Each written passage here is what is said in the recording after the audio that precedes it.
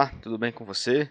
Estamos aqui para mais um episódio da nossa leitura comentada, livro Avivamento Real, Pastor Enéas Tonini. Nós estamos chegando ao fim do livro. Restam aqui 3 capítulos e provavelmente você vai me ver gravar 3 capítulos com essa mesma roupa aqui, com esse mesmo trajado dessa mesma forma, porque eu, com a falta de tempo, às vezes fica mais fácil a gente gravar tudo de uma vez do que gravar picado, como seria o ideal.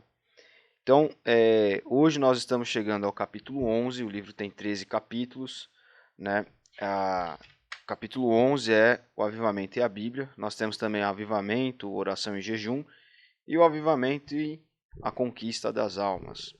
Então eu quero começar aqui lembrando que a leitura base que o pastor Enéas propõe para todos os capítulos desse livro é Apocalipse 1, né, capítulo 1, dos versículos 9 ao 20. Mas antes de começarmos a ler, eu quero pedir que você não se esqueça de deixar o seu joinha aí no corpo do YouTube aí, para nos ajudar aqui com o nosso engajamento.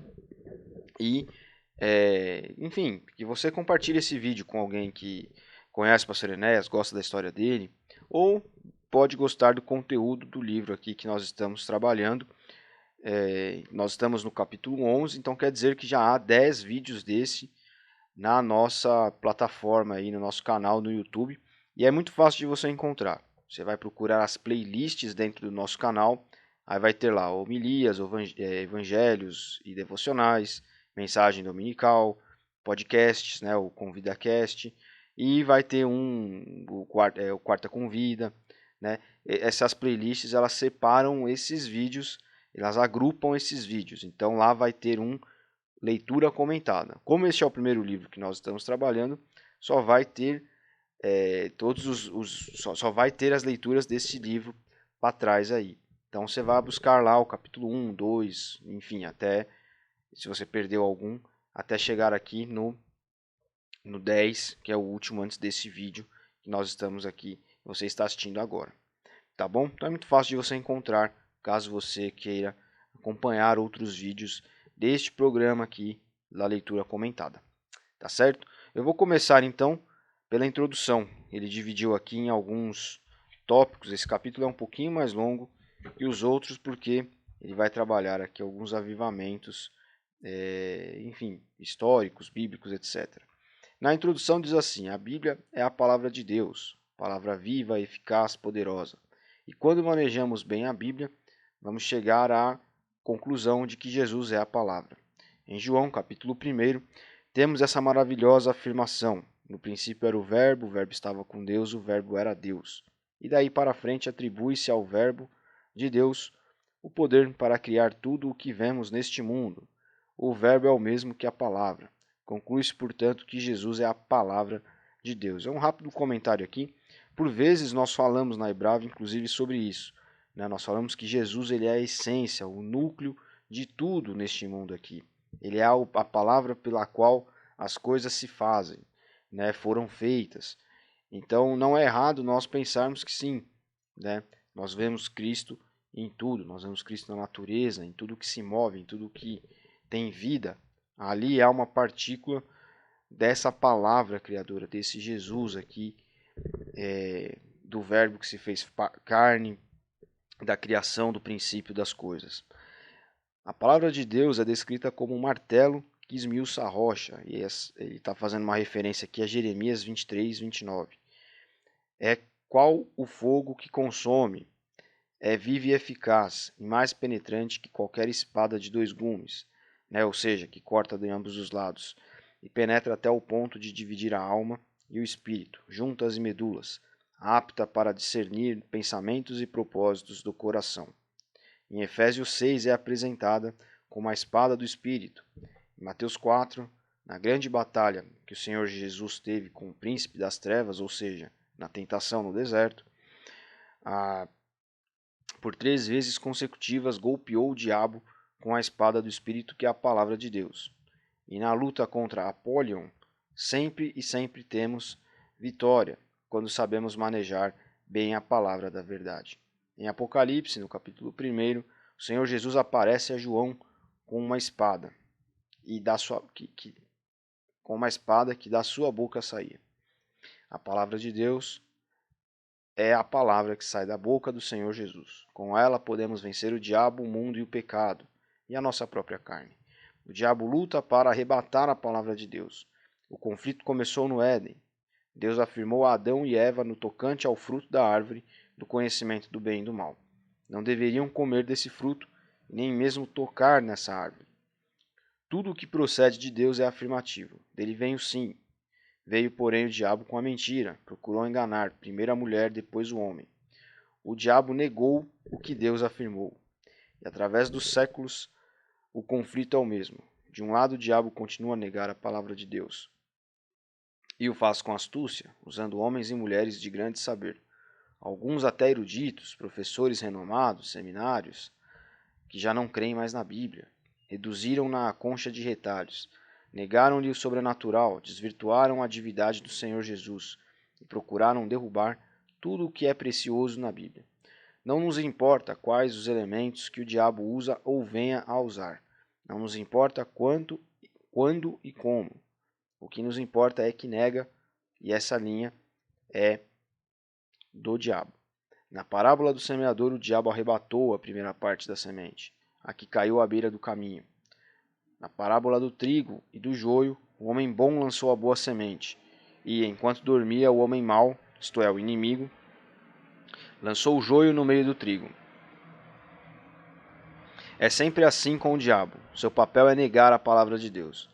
Não importa que ele a cite, mas ele o faz sem unção do Espírito Santo.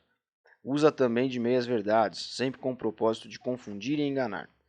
Você crê de todo o coração na palavra de Deus, acate-a de capa a capa, ou tem alguma reserva?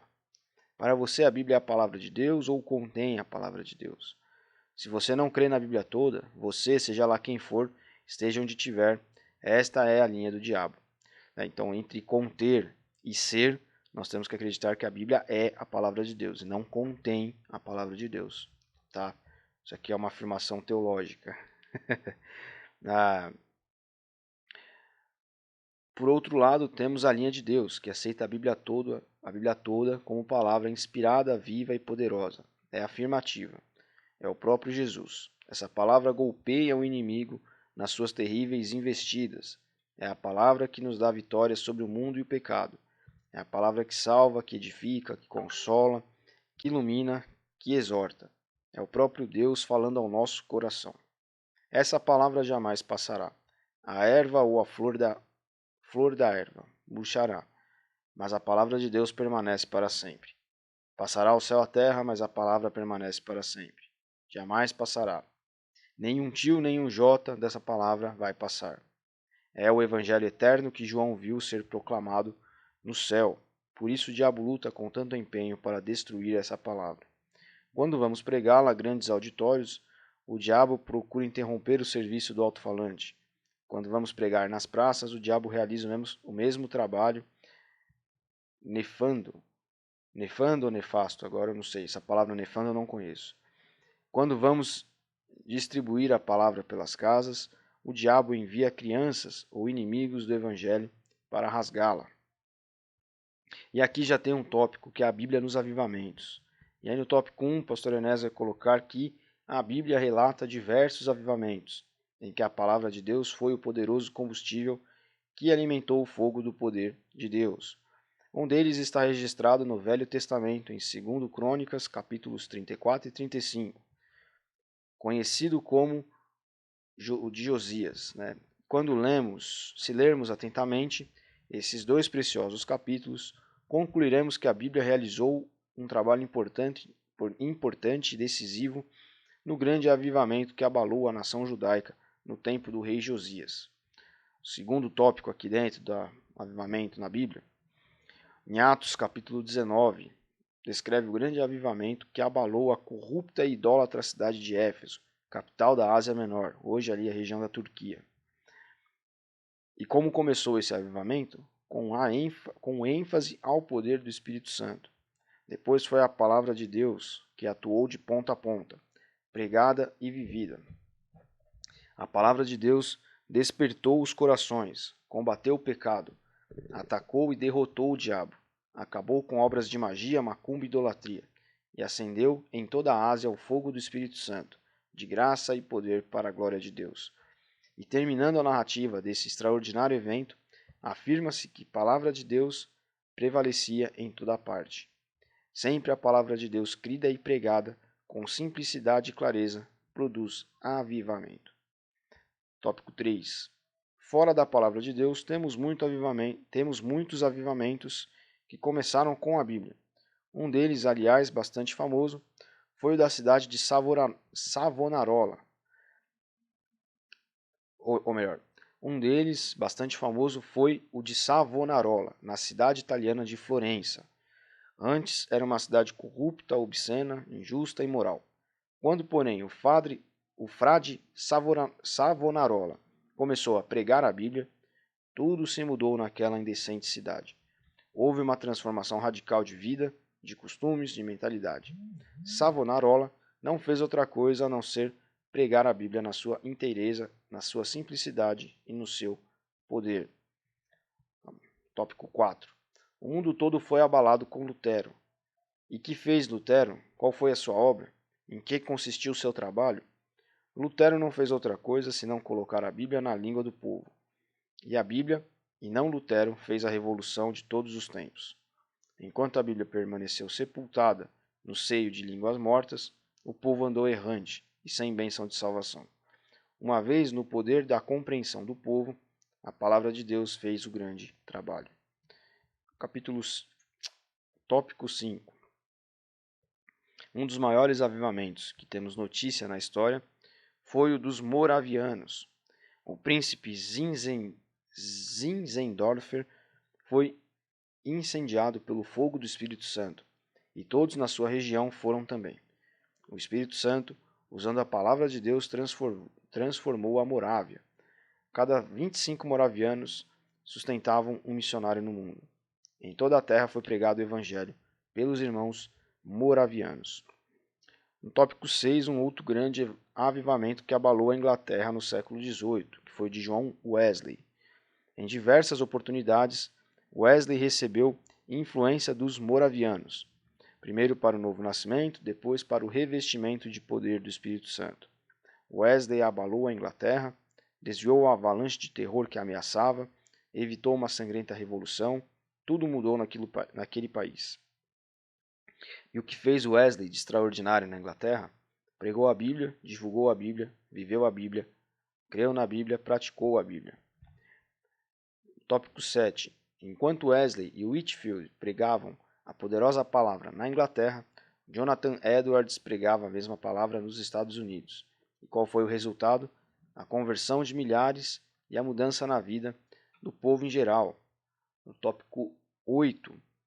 Século passado, aqui esse livro é do século XX, 1969, então aqui século XIX, entenda, século XIX aqui no século passado, 2 homens de nacionalidade norte-americana, Finney e Moody, no poder do Espírito Santo, pregaram a palavra de Deus, e 2 continentes, América e Europa, andaram no fogo do poderoso avivamento. E hoje, aqui nessa época, o profeta de Deus, Billy Graham, que ainda estava vivo, que costuma pregar suas grandes e colossais reuniões, só a Bíblia e a Bíblia somente. O apoio para a alavanca que move as montanhas do pecado do coração é a sua famosa declaração repetida com frequência, The Bible says, isto é, a Bíblia diz. E se hoje quisermos genuínos avivamentos, isto é, avivamentos do Espírito Santo, temos que começar com a Bíblia, permanecer na Bíblia e ficar sempre com a Bíblia.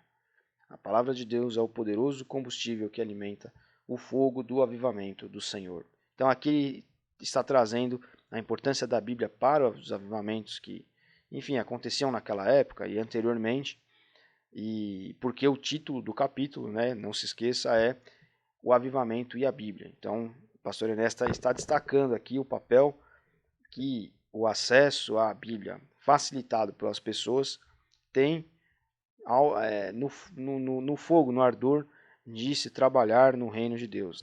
Sempre lembrando que o avivamento principal, a principal ideia de avivamento é essa, é ação.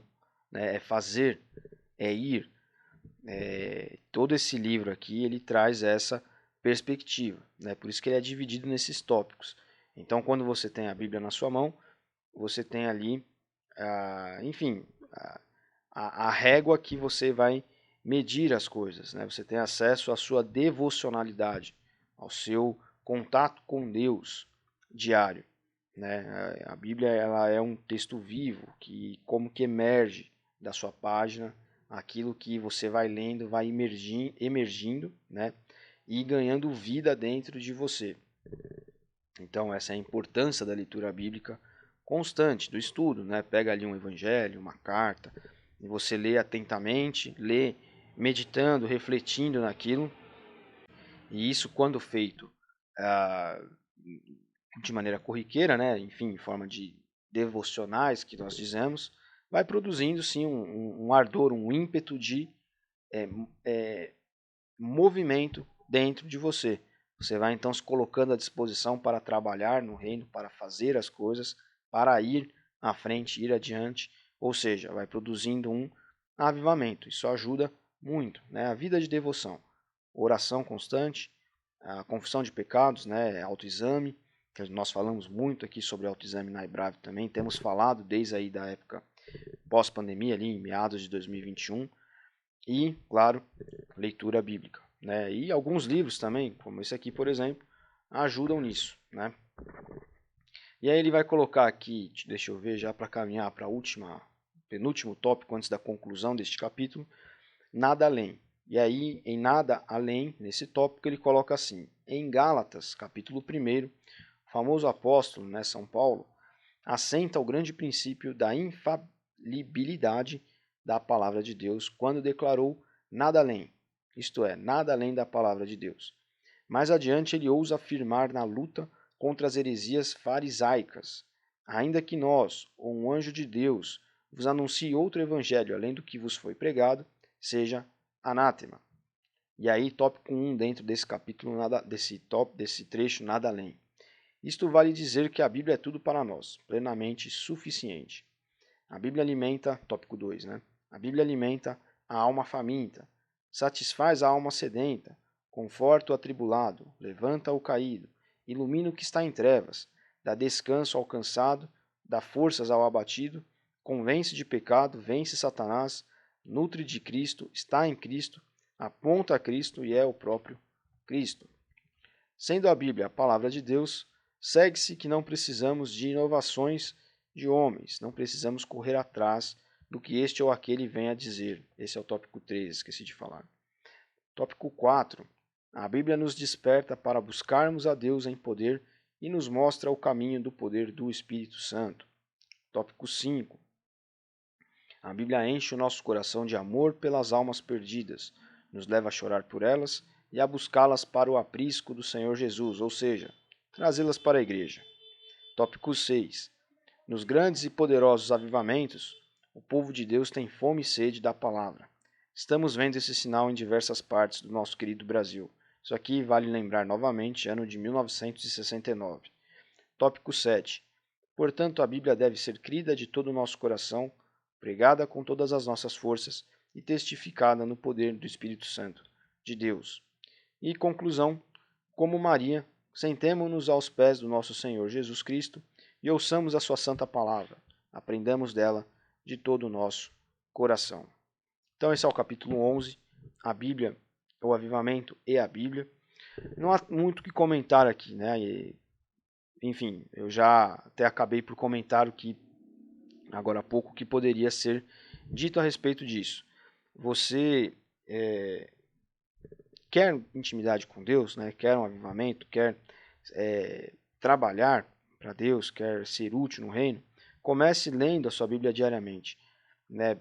Boa parte dos cristãos que, enfim, estão em algum tipo de... estão parados, né? Não servem nas suas igrejas, vivem só de realmente ir ao culto e ir para casa, às vezes até leem a Bíblia, né? Tem gente que lê a Bíblia todo em um ano. Todo ano a pessoa lê a Bíblia uma vez por ano. Isso não basta. É melhor que você leia um capítulo o ano todo, mas que você tenha constância e estude aquilo que você está lendo, do que você ler a Bíblia toda vez uma vez por ano. Por exemplo, aqui na igreja, aqui na IBRAVE, nós estamos com um plano de leitura diferente, que não é anual, é semestral. E o plano de leitura não comporta a Bíblia toda em um ano. Né? Existem igrejas que fazem isso e tudo bem. Mas o que nós entendemos? Que é melhor ficar 6 meses lendo 2 capítulos por semana, né? De fevereiro a junho, lendo 2 capítulos por semana, mas tendo tempo de estudar aquilo, de ler e como quem mastiga assim, sabe quando você pega aquele pedaço de carne e você vai mastigando, mastigando, mastigando, até que esteja a ponto de ser engolido? É melhor que a gente pegue, então, 2 capítulos de Provérbios, né, e depois a gente vai chegar em Eclesiastes, antes de junho ainda, e nós leiamos aquilo com calma, estudando, nós leiamos e fiquemos depois pensando sobre aquilo, meditando sobre aquilo, do que ler a Bíblia o ano inteiro, ler a Bíblia toda durante o ano, para chegar em dezembro e falar, eu li a Bíblia toda. Mas leu como quem lê um jornal, como quem lê uma revista, como quem lê uma historinha em quadrinhos. A Bíblia ela não é para ser lida dessa forma. Então é melhor que você leia um capítulo por mês, um capítulo até por ano, mas estudando aquilo, meditando naquilo, tornando aquilo algo prático para a sua vida, do que você leia tudo só por ler. Né? A fé cristã não pode se tornar uma fé religiosa. Então tem gente que lê a Bíblia toda em um ano por pura religiosidade, para falar que leu a Bíblia toda, porque entra no automático. Ah, preciso ler a Bíblia toda em um ano. Ah, preciso fazer aqui um programa de leitura bíblica. Não. É melhor que você está começando, por exemplo, no Evangelho, tem pouca experiência, ou até já tem muito tempo de igreja, mas tem pouco aprofundamento no estudo da Bíblia, vá ler Atos, vá ler os Evangelhos, né? Leia as cartas de João, de Pedro. É melhor você ler isso daí do que você ler lá Êxodo, Números, né? Até algumas partes do Gênesis. Por quê? Porque ali você vai ter contato com Cristo, a vida de Cristo, o que ele fez, o seu ministério, com o que algumas pessoas que viveram pouco após Jesus ou que viveram junto com ele, como o próprio caso de João, de Pedro, escreveram para as pessoas que estavam começando a caminhar no Evangelho ali. Então são algumas instruções. Nem tudo aquilo que é instrução para aquela época a gente aplica daquela forma para hoje. Enfim, mas você vai lendo e vai estudando aquilo, vai vendo como aquilo se aplica de maneira prática à sua vida. Nós aqui na IBRAVE tentamos fazer isso, primeiro, com os devocionais que nós gravamos uma vez por semana, e em cima dos 2 capítulos que são os capítulos do plano de leitura daquela semana, né? Por enquanto, em Provérbios. A gente já chegou mais ou menos na metade de Provérbios. Logo, logo a gente termina Provérbios e entra em Eclesiastes.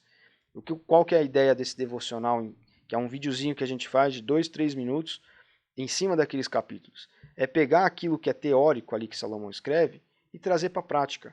Então, olha, como que isso aqui reflete o caráter de Cristo? E como que nós pegamos o caráter de Cristo em cima desse ensinamento, desse conselho de Salomão e aplicamos na nossa vida, no nosso cotidiano, no nosso dia a dia, né? Os nossos evangelhos diários.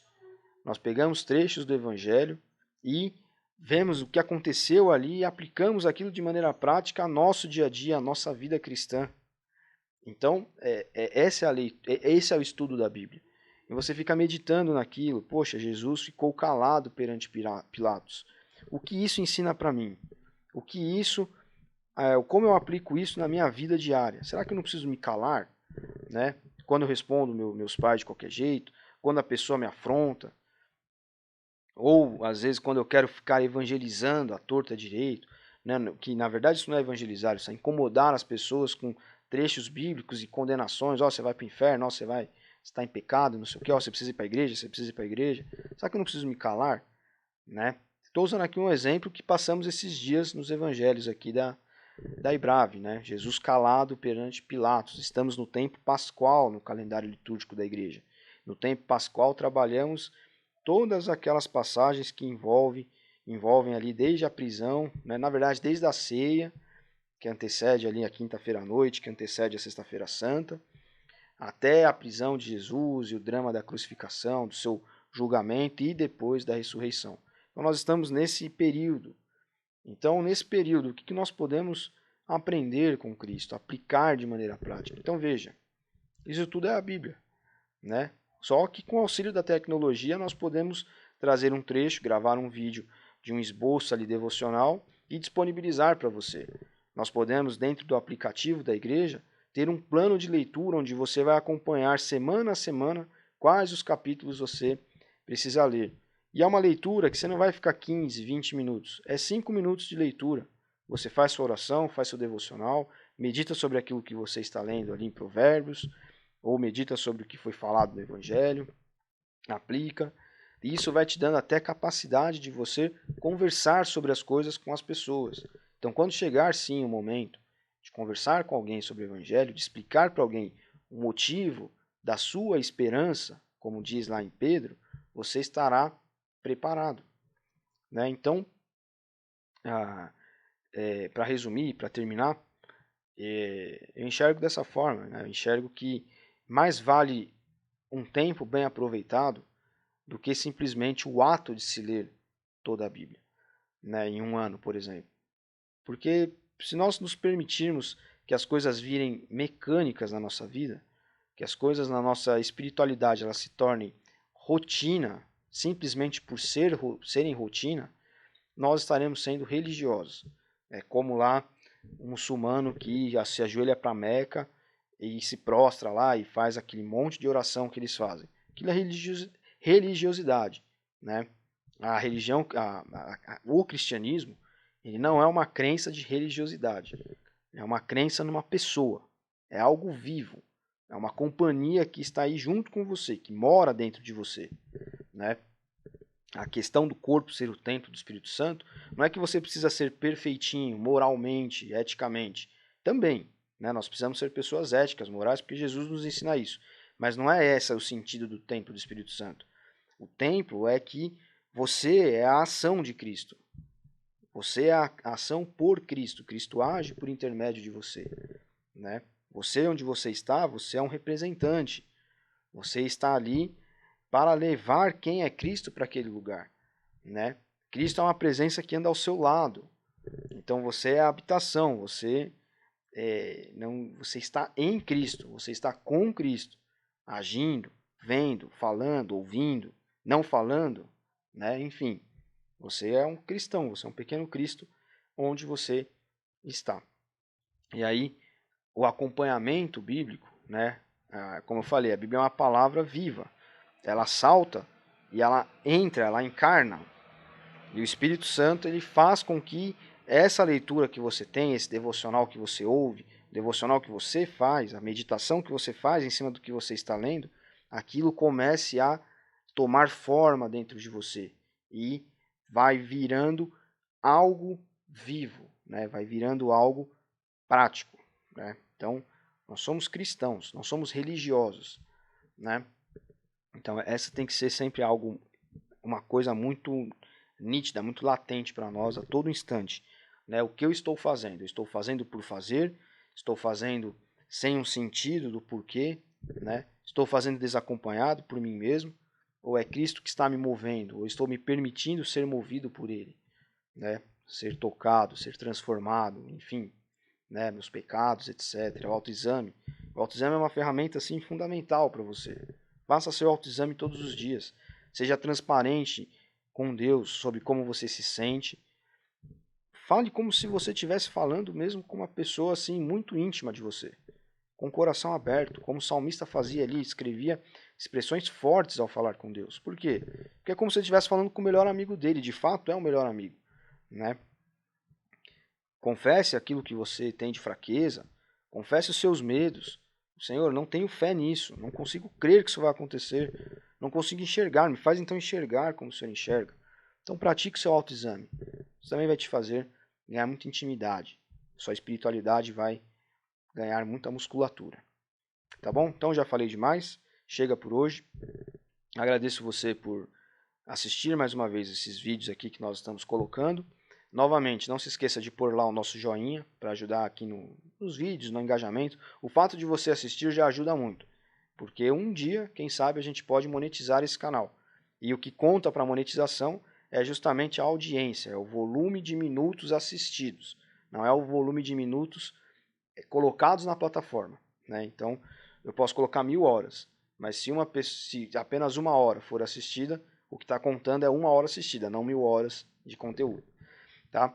E se você acha que esse conteúdo vai agradar alguém, pode mandar esse link, também ajuda a gente no engajamento aqui no canal. Tá certo, pessoal? Então a gente se vê ou no próximo vídeo ou no domingo lá na Ibrave. Deus abençoe você.